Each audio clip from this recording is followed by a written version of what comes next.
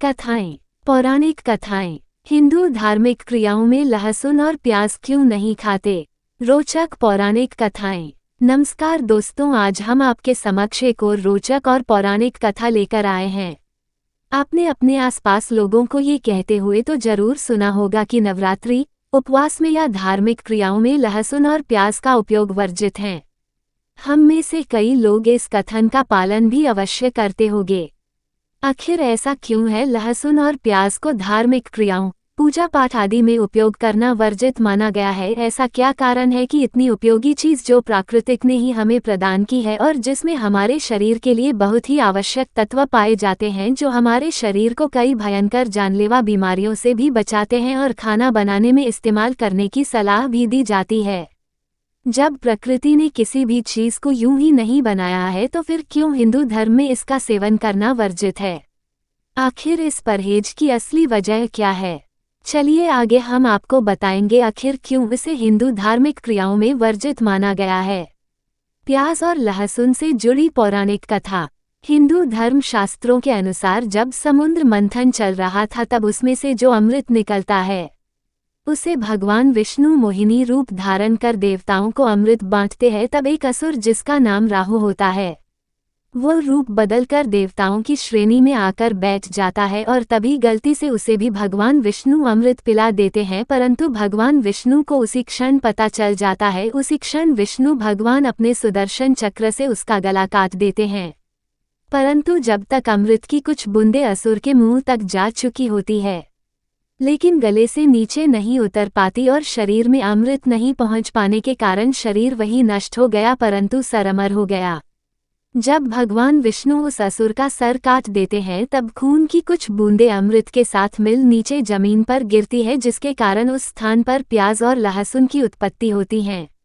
जो कि प्याज और लहसुन अमृत की बूंदों के साथ मिलकर बना है, इसलिए इनमें भयंकर रोगों से लड़ने के गुण मौजूद होते हैं। लेकिन इसमें राक्षसों का खून होने के कारण इनमें से तेज गंध आती है एवं इन्हें पूजा पाठ के दौरान अपवित्र माना जाता है और देवी देवताओं को भी नहीं चढ़ाया जाता। इसीलिए पौराणिक काल से ही ब्राह्मण प्याज और लहसुन का इस्तेमाल कभी नहीं करते। कुछ ब्राह्मण तो ऐसे हैं जिन्हें ये तक नहीं पता कि प्याज और लहसुन का स्वाद कैसा होता है। आपको जानकारी दे दे कि सनातन धर्म में ही नहीं जबकि बल्कि जापान और चाइना में भी एक वर्ग के लोग ऐसे हैं जो प्याज और लहसुन से परहेज करते हैं। आयुर्वेद एवं शास्त्रों के अनुसार हमें जो भी भोजन खाना चाहिए वह सात्विक होना चाहिए, क्योंकि भोजन का हमारे जीवन में बहुत बड़ा महत्व होता है। इसका हमारे मन पर सीधा असर पड़ता है। बनिए बूढ़ों ने कहा है कि जैसा अन्न वैसा मन और जैसा आहार वैसा ही हमारा व्यवहार होगा। आयुर्वेद के अनुसार खाद्य पदार्थों को 3 श्रेणियों में बांटा गया है: सात्विक, तामसिक और राजसिक। सात्विक भोजन में दूध, घी, आटा, चावल, मूंग, लौकी आदि जैसे पदार्थ आते हैं। इस प्रकार के भोजन में शांति, संयम और पवित्रता जैसी भावनाओं को बढ़ाने की शक्ति होती है। वहीं राजसिक भोजन के अंतर्गत तीखे, खट्टे, चटपटे और मीठे पदार्थ, मिठाइयाँ आदि आते हैं। इस प्रकार के भोजन से हमारे अंदर खुशी जैसी भावनाओं की उत्पन्न करने की शक्ति होती है। जबकि तामसिक भोजन के अंतर्गत लहसुन, प्याज, मांस, मछली और अंडे जैसे खाद्य पदार्थ शामिल होते हैं। इस प्रकार के भोजन क्रोध, जुनून, उत्तेजना, अहंकार, विनाश जैसी भावनाओं को उत्पन्न करते हैं। लहसुन और प्याज को आयुर्वेद में तामसिक भोजन में रखा गया है।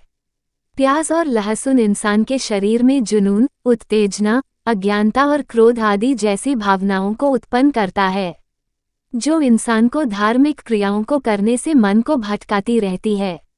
इसलिए वेदों के हिसाब से भी प्याज और लहसुन तामसिक भोजन है और तामसिक भोजन भगवान की पूजा, धार्मिक क्रियाओं आदि में उपयोग नहीं किए जाते।